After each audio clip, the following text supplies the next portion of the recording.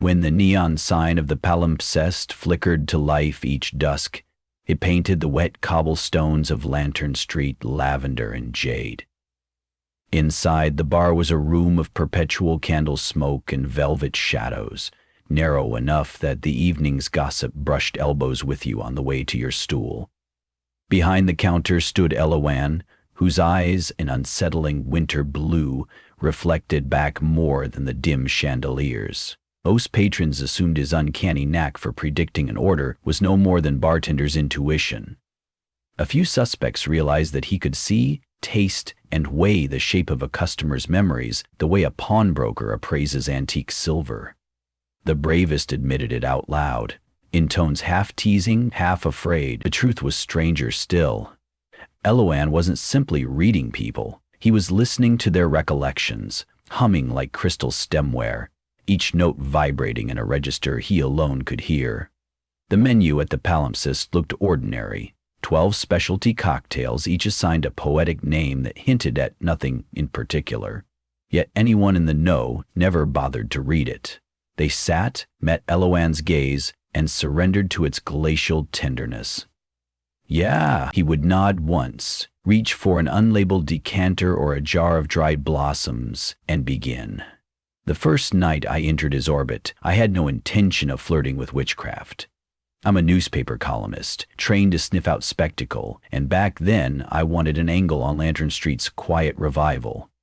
But I was also 2 weeks past a breakup that felt like a badly set fracture, and curiosity is hunger disguised as reason. I perched on a leather-cracked stool, put down my recorder, and said, "Surprise me." Eloanne's smile was delicate, like someone folding the corner of a page so lightly the paper wouldn't crease. He produced a small glass washed in crushed ice, sprinkled in something that flashed gunmetal when it met the amber light, then poured a liqueur the color of late summer wheat. "What's in it?" I asked. "An echo," he said. "Sip slowly." I did. The flavor began tangy but softened to honey, and before the swallow was finished, I was 8 years old, feet dangling off a pier beside my brother. We were flicking stones to create ripples in dusk-melted water. The air smelled of lilacs from our aunt's garden. I felt the splintered rail under my palms, heard Noah telling me the secret name he'd given the moon, Ophelia. I blinked, and the bar snapped back into focus. Only then did I realize I'd forgotten why I'd come that evening. My carefully curated list of questions sat blank in front of me, the recorder dead silent. I recognized the device, recognized my own handwriting, but the motivation was gone like a pulled thread. "What day is it?" I muttered. "Thursday," Eloanne said. His voice carried the calm of someone apologizing without regret. I left quickly, half terrified, half elated, notebook flapping in the chill air. Once home, I wrote a single line and underlined it twice. Each sip erases a memory. I returned the next night, of course. Addiction blooms in the soil of wonder. This time I stalled my curiosity long enough to watch others. At the far end of the counter sat a man in an out-of-date business suit, shoulders sloped beneath invisible burdens. Eloanne poured him a smoky liquid garnished with a sliver of ember-red pepper. The man sipped, inhaled sharply, and his eyes filmed over. A slow smile replaced his earlier defeat. Later, as he signed his tab, he fumbled the pen and stared at it as though he'd never held one before. Near midnight, a girl whose knuckles were scabbed from nervous chewing entered. She couldn't have been more than 20. Eloanne mixed her something lavender, thick as nectar. She cried after tasting it, hugged the bartender, then wandered out into the night, leaving her purse behind. Someone ran after her. I heard a shout and the skitter of coins across the floor. The part of me that files human tragedies into newsprint columns observed methodically. The transaction was precise, ruthless, irreversible, yet everyone walked away lighter, relieved of grief, freed of potential. I had a story, but I also had questions a journalist shouldn't entertain. Questions like, could I choose which memories to sacrifice? Could he? And what if the memories I wanted to remove were the same ones anchoring me in who I am? On my third visit, I asked Eloanne outright, "How do you decide what people lose?" "I don't," he said, polishing a tumbler. You do. By the depth of your longing, the memory you want most acts as magnet. Something of equal emotional mass departs, but people don't know what's vanishing. They consent, even if they don't comprehend. Yearning is a contract, signed in blood and breath. How did you acquire this? Art. He placed the tumbler down, and for the first time his poise faltered. Inheritance, he replied, curt. That evening I resolved to interview him properly. If I could coax his story onto record, perhaps I'd publish an exposé. Perhaps I'd bury it. Either way, knowledge is a safer pillow than ignorance. I arrived before opening. Under the pretense of needing a quiet place to write, he let me in, claiming he had prep work. The bar felt hollow, the bottles like mute sentinels awaiting nightfall. Where are you from, Elowen? Many places. Any family? Not anymore. Are you immune to your own drinks? The cloth in his hand stilled. No one is immune to barter, he said, but I know the stakes. He turned away to arrange glassware.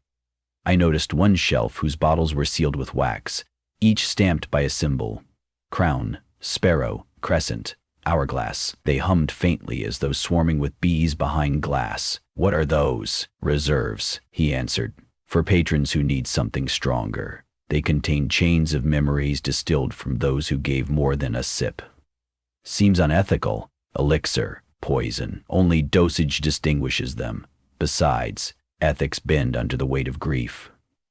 Somewhere in his tone lay grief so dense the air tasted metallic. I realized then that Elowen wasn't a puppeteer. He was a caretaker of sorrows, shepherding what people could no longer bear to carry. I didn't drink that night. I left with more questions sewn into my coat lining. Over the next week, though, Lantern Street delivered a parade of testimonies. A violinist told me she could finally perform without stage fright after accepting Elowen's drink, though she'd misplaced the ability to read sheet music. A widower confessed he'd spent an hour inside the memory of holding his wife's frost-numbed hands during the first snowfall of their marriage. Afterward, he forgot the names of every flower she'd once loved. And a pickpocket bragged that he'd bargained for the bliss of his childhood Christmas morning, but later discovered he no longer understood the concept of ownership and had given back every stolen wallet with heartfelt apologies. Their stories formed a mosaic. Every miracle cracked another pane of personal history. Some called it liberation, some called it theft, but none denied the bar's strange equity. I returned on a Thursday, the same day of the week I'd first tasted that honey wheat echo, to find the place uncharacteristically packed. Murmurs rolled like surf. At the center of the counter stood a man I instantly recognized, Councilman Garrick, a rising star in the city's austerity party, known for vaulting rhetoric about tradition and civic memory. His presence in a place of arcane transactions was news certain to explode. Garrick's tie was loose, his face raw with sleeplessness. Elowen regarded him with the calm of a physician preparing difficult medicine. I drifted close enough to listen. "I want to forget the vote," Garrick whispered. "The screams, the smoke, everything." "You're asking to erase your culpability," Elowen replied. "Are you sure?" Garrick's jaw nodded. "I'm sure." Elowen reached for a wax-sealed bottle embossed with the hourglass. He poured a measure into a glass shaped like a tear. The liquid shimmered between violet and black. "A single sip," he said. "No more." Garrick drank. His eyes fluttered shut. A breath rattled through him. Then he straightened, smoothing his jacket as if preparing for a speech. Elowen caught the empty glass before it slipped from Garrick's tranquil hands. "What's your name?" Garrick asked, staring at Elowen. Elowen didn't answer. He stepped back, voice low. "Taxi's outside. Go home." Garrick obeyed, feeling his pockets as though surprised by their contents. I noticed he left behind a leather folio. I opened it when he was gone. Blueprints for a redevelopment project that would uproot half of Lantern Street, including the palimpsest. I told myself I should seize the documents, expose Garrick publicly, but a flicker of moral vertigo struck me. The man no longer remembered his complicity. Was he still culpable?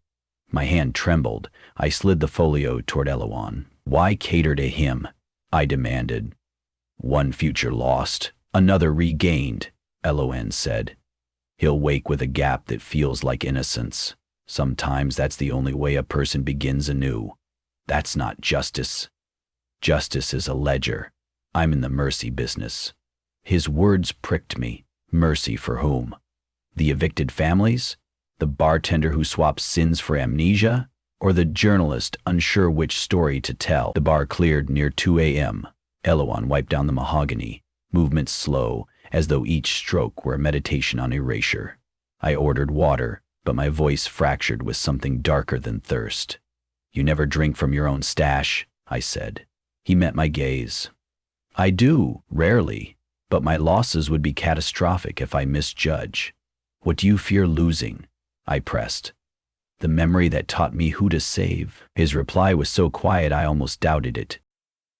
He surprised me by uncorking a small bottle of opalescent liquid. Sit, he said. I'm not drinking. It's water, he promised, pouring 2 measures. Clear your head. We sipped in silence. The bar smelled of closing time, citrus rinds, damp wood, extinguished candles. After minutes folded into an hour, he spoke. My mother ran a tavern in the Breton marshes. Nothing mystical, just brandy for fishermen. She could, however, listen to a person's grief so deeply she tasted it. One winter, a traveler arrived, delirious with fever. He'd witnessed a massacre and begged to forget. My mother, trying to soothe him, mixed herbs used for dreamlessness. He slept, and when he woke, the horror was gone, but so was his name. Word spread. Over years, she refined her craft. When I was 13, I begged her to let me help. She refused. He reached for a glass as though seeking ballast. Night, a mob surrounded our tavern. They called her witch, liar, demon. She served them bravely mixed, a communal brew so they might remember the kindness they'd once carried. It worked, but the cost. They became unable to recall why they'd come to hate her. In their confusion, they set the tavern alight. She shoved me into the marsh grass, made me swear never to use the gift in vain. I lost her to flames, but I kept every memory of that night. I can't relinquish them. They're my compass. The confession hung between us like a shard of stained glass quivering in wind. I realized my tape recorder was off. My notebook lay closed. I had listened as a friend, not a journalist, and something inside me relaxed. Why stay here, then?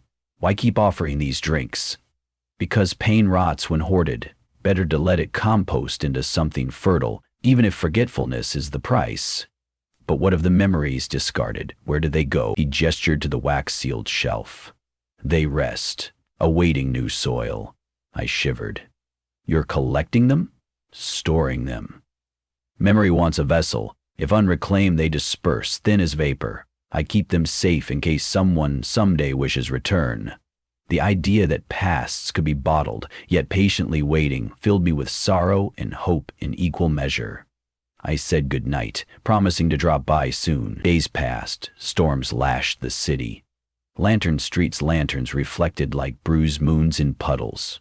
News broke that Councilman Garrick had withdrawn the redevelopment proposal and announced a fund for preservation of historic districts.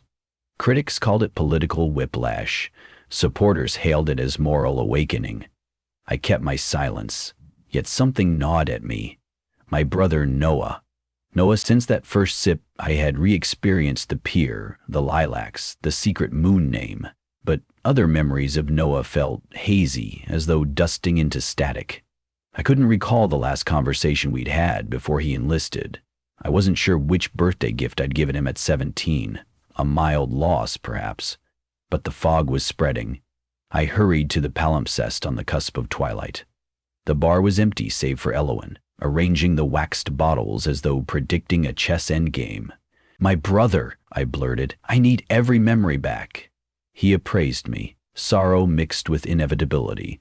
I warned you. Equal exchange. I'll trade something else. That's not how magnets work. What if someone else donates? Donations aren't charity. They exact a toll.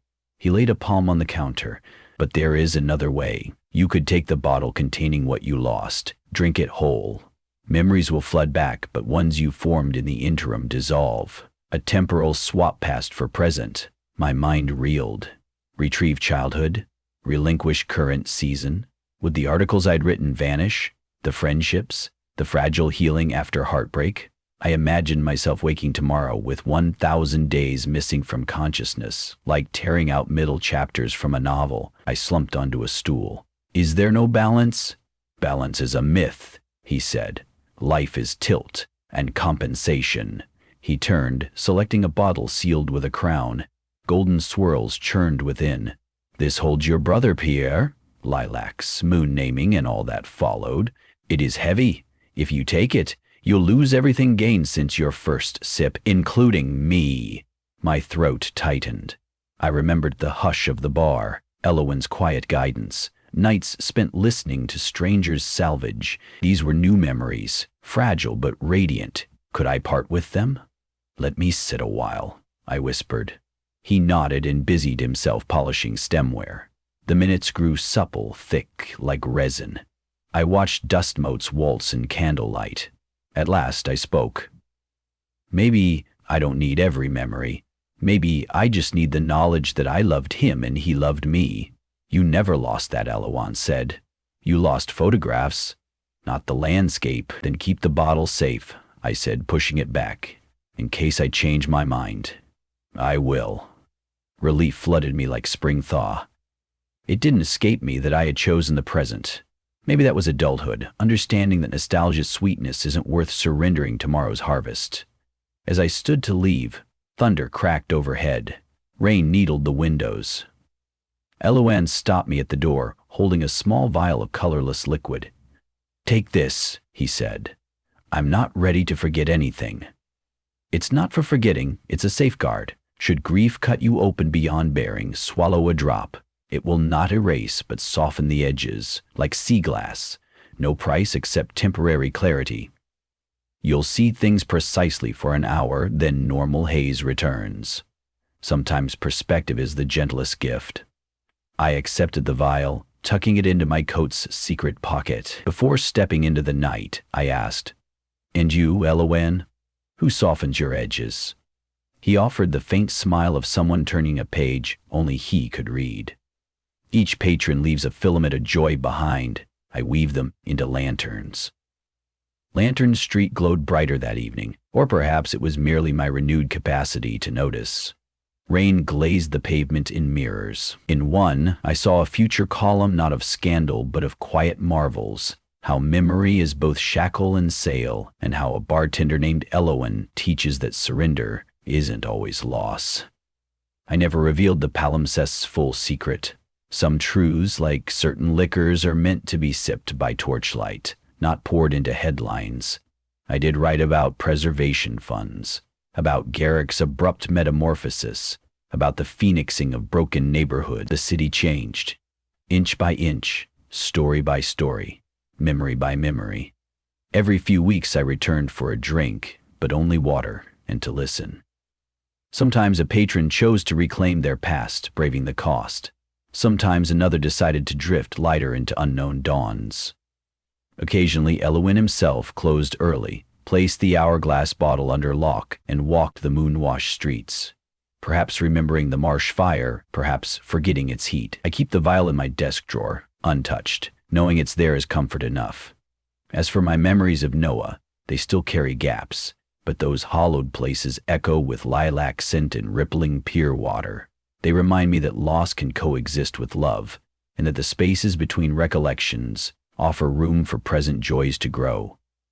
If you ever find yourself on Lantern Street under lavender jade neon, listen for the hum beyond the music, the thin silver chord of your most fervent memory. Should you enter, let the bartender's winter eyes weigh your longing, and before you sip from glass, from life, ask yourself which story you'd rather keep, the one you already know, or the one you haven't yet lived.